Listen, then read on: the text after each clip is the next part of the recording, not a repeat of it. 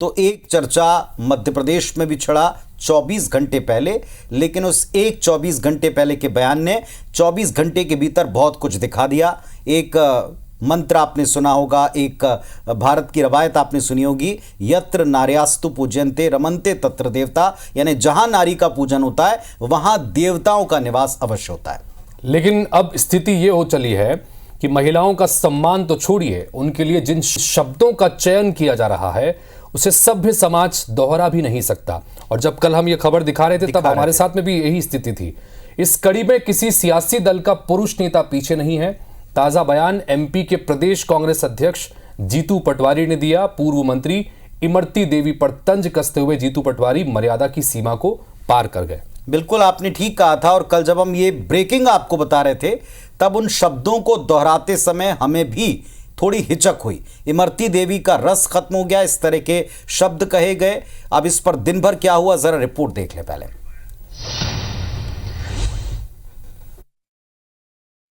अब इमरती जी का रस खत्म हो गया, जो अंदर चाशनी होती है उनके लिए मैं कुछ बात नहीं करता।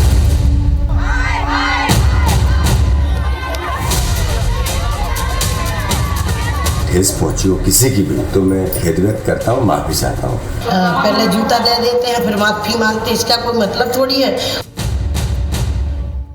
सियासत में सेल्फ गोल कैसे किया जाता है, अगर आपको ये देखना हो आप एमपी में कांग्रेस की मौजूदा परिस्थिति को देख सकते हैं। देर रात जीतू पटवारी ने ग्वालियर में इमरती देवी को लेकर जो कुछ कहा, उसके बाद एमपी में बीजेपी को बैठे बिठाए मुद्दा मिल गया। दरअसल जीतू पटवारी ने इमरती देवी को लेकर कहा कि उनका सारा रस निकल चुका है।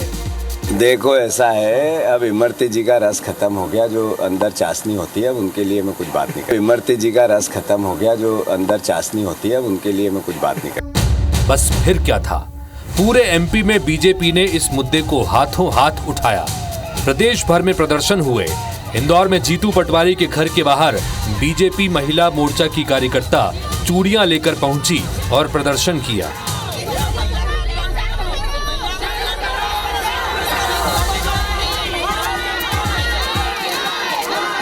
बैतूल में बीजेपी कार्यकर्ताओं ने जीतू पटवारी का काफिला रोका और प्रदर्शन किया। घोड़ा डोंगरी में जीतू पटवारी को काले झंडे दिखाए गए। जब विवाद बढ़ा तो जीतू पटवारी ने माफी भी मांग ली और कहा कि इमरती देवी उनकी बहन जैसी है। इमरती देवी जी का जहाँ तक सवाल है, बड़ी बहन है मेरी, और चूंकि बड़ी बहन माँ जैसी होती है, अगर किसी प्रकार की कोई ऐसी भावना ठेस पहुंची हो किसी की भी तो मैं खेद व्यक्त करता हूँ, माफी चाहता हूँ।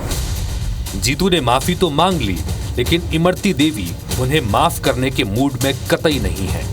पहले जूता दे देते हैं फिर माफी मांगते हैं, इसका कोई मतलब थोड़ी है। और मैं एससी की महिला हूँ और नेता भी हूँ। इस पूरे मामले में बीजेपी को बैठे बिठाए मुद्दा मिल गया और वो कांग्रेस को घेरने का कोई मौका नहीं छोड़ रहे।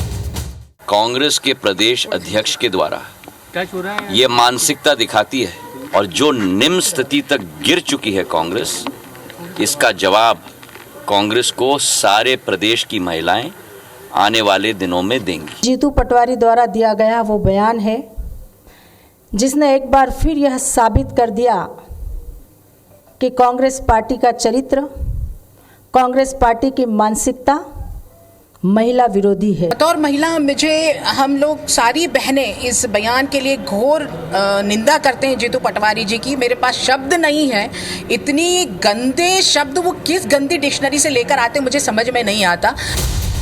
कुल मिलाकर एमपी में कांग्रेस ने ऐसा सेल्फ गोल किया है कि जिसके परिणाम उसे विपरीत आए नतीजों से भुगतने पड़ सकते हैं। बीजेपी को बैठे बिठाए आसानी से वो मुद्दा मिल गया जिसे भुनाने में वो कोई कसर नहीं छोड़ेगी, और इस विषय पर आगे चुनावी वार पलटवार भी तेज होंगे। Bureau report, IBC 24।